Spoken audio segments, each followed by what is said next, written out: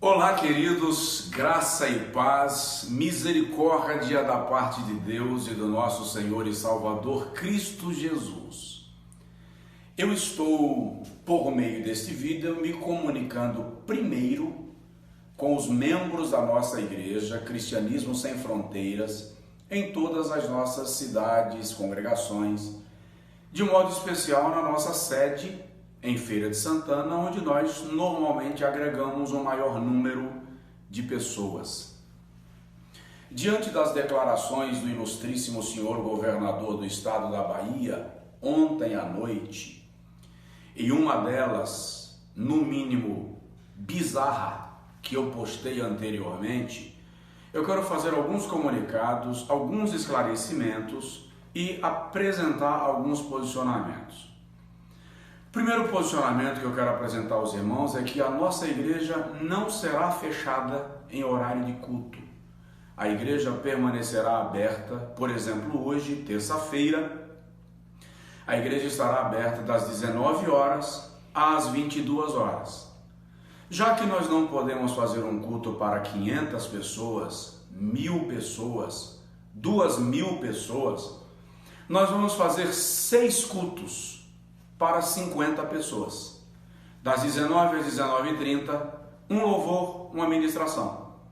19h30 eu libero o pessoal, aqueles que vierem para as 19h30 às 20, entram, um louvor, uma ministração.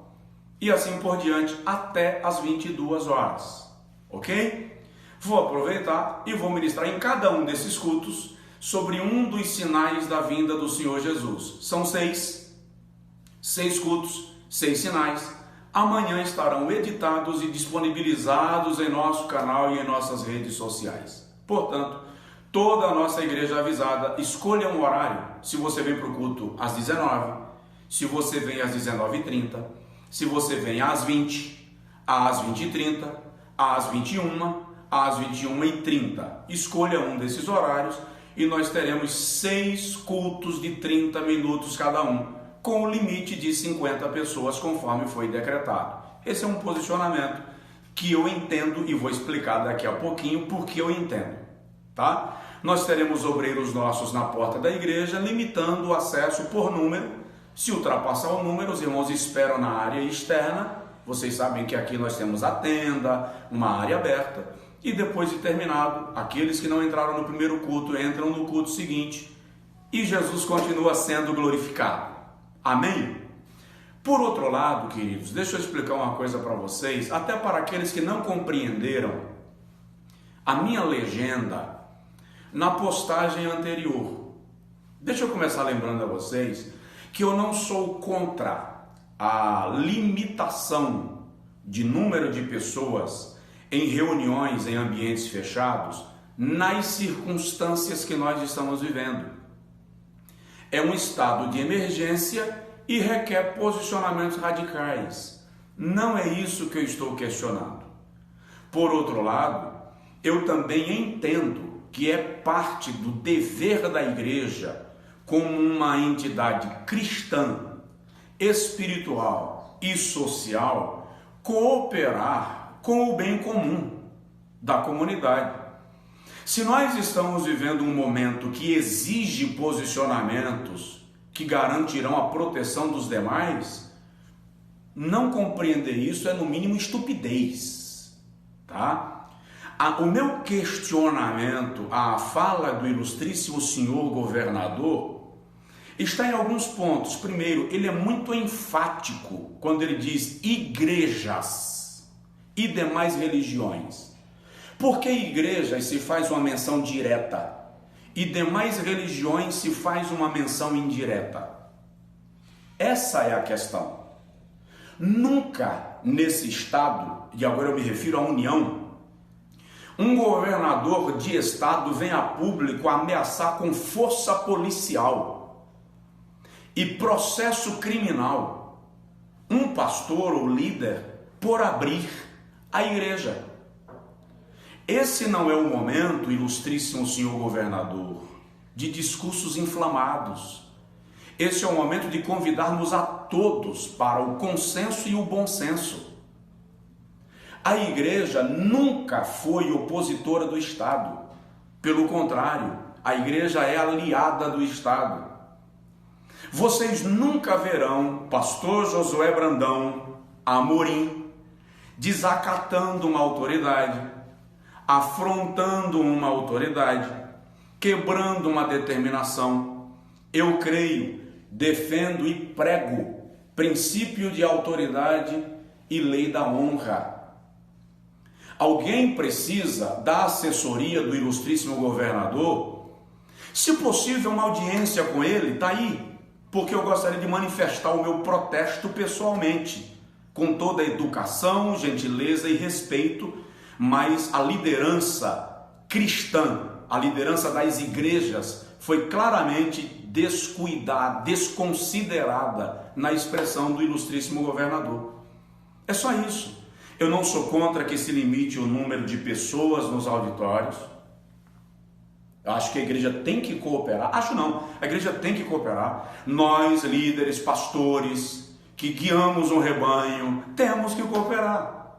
Agora, por que a colocação, por que a abordagem não vem num tom mais gentil, menos agressivo?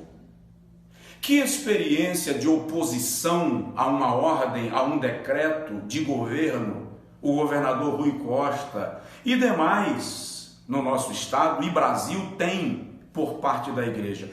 Quando foi que uma igreja, numa expressão nacional, sobretudo num ambiente de crise, se colocou na contrapartida das determinações governamentais? Estou falando de casos isolados, porque casos isolados são partidaristas, são políticos, e não é meu caso. Vocês nunca me viram me posicionar politicamente no sentido de atacar uma autoridade, no sentido de me levantar contra um posicionamento de alguém no exercício da sua autoridade. Não, nem verão. Nem verão. Mas força policial na porta da igreja? Processo criminal? Repito, esse não é o momento de discursos inflamados, esse é o momento de chamar a todos ao consenso e ao bom senso. E se um pastor ou outro mais empolgado, mais fervoroso, resolver quebrar a regra, ora, nós temos associações de pastores, conselhos de pastores, convenções de pastores, alianças de igrejas. Com certeza esse pastor vai receber a visita de uma comissão de pastores para lhe convencer e lhe mostrar que obedecer é melhor do que sacrificar. O meu único questionamento é esse, gente. Que Deus abençoe o Brasil, que Deus abençoe a Bahia, que Deus abençoe Feira de Santana, com um adendo. Nós temos assegurado no Código Civil Brasileiro, na Constituição Federal, o livre direito de culto, manifestação religiosa sem o controle do Estado. Vamos usar desse direito? Vamos, estamos usando. Vamos fazer agora 6 cultos hoje à noite, para 50 pessoas cada culto, vamos transmitir. Estou usando o livre direito de culto. O que me agrediu e me ofendeu foi o ilustríssimo senhor governador da ênfase que as igrejas e demais religiões que descumprirem vai usar a força policial, processo criminal. Esse é o meu questionamento. Não precisava. Não precisava, porque você não tem um exemplo, você que eu me refiro, os nossos seguidores, e o senhor, o ilustríssimo governador, não tem um exemplo de igreja se opondo a determinações de governo, sobretudo quando isto tem propósito de saúde pública, humanidade, cuidado com as pessoas. Nunca. Portanto, eu quero protestar e lamentar que a fala do meu governador foi infeliz, mal colocada, mal sucedida, destemperada e desrespeitosa. Ainda assim, eu mantenho pelo senhor governador, o meu respeito como autoridade. a minha determinação de cumprir regras quando elas vêm de autoridade e não ferem o princípio cristão. Entendo tudo isso. Meu lamento foi a colocação do governador. Mas eu concluo meu vídeo apenas dizendo aos irmãos que teremos 6 cultos hoje à noite, das 19 às 22 horas. Cultos de 30 minutos, limitados a 50 pessoas. Assim, faremos na quinta-feira, eu vou informar na quinta como nós vamos proceder. Amanhã em Salvador, eu vou informar amanhã em vídeo como vamos proceder. Diariamente eu vou orientando os irmãos, à medida que eu vou ouvindo os colegas, os membros do nosso ministério, a nossa equipe, o nosso jurídico, que vai nos orientando, nos ensinando e nos encaminhando de como procedermos nesse momento de emergência que o Brasil precisa de oração e nós precisamos de unidade. Não é hora de destempero e nem de choque, é hora de unidade para um propósito. Que Deus abençoe a todos, que Deus abençoe a Bahia.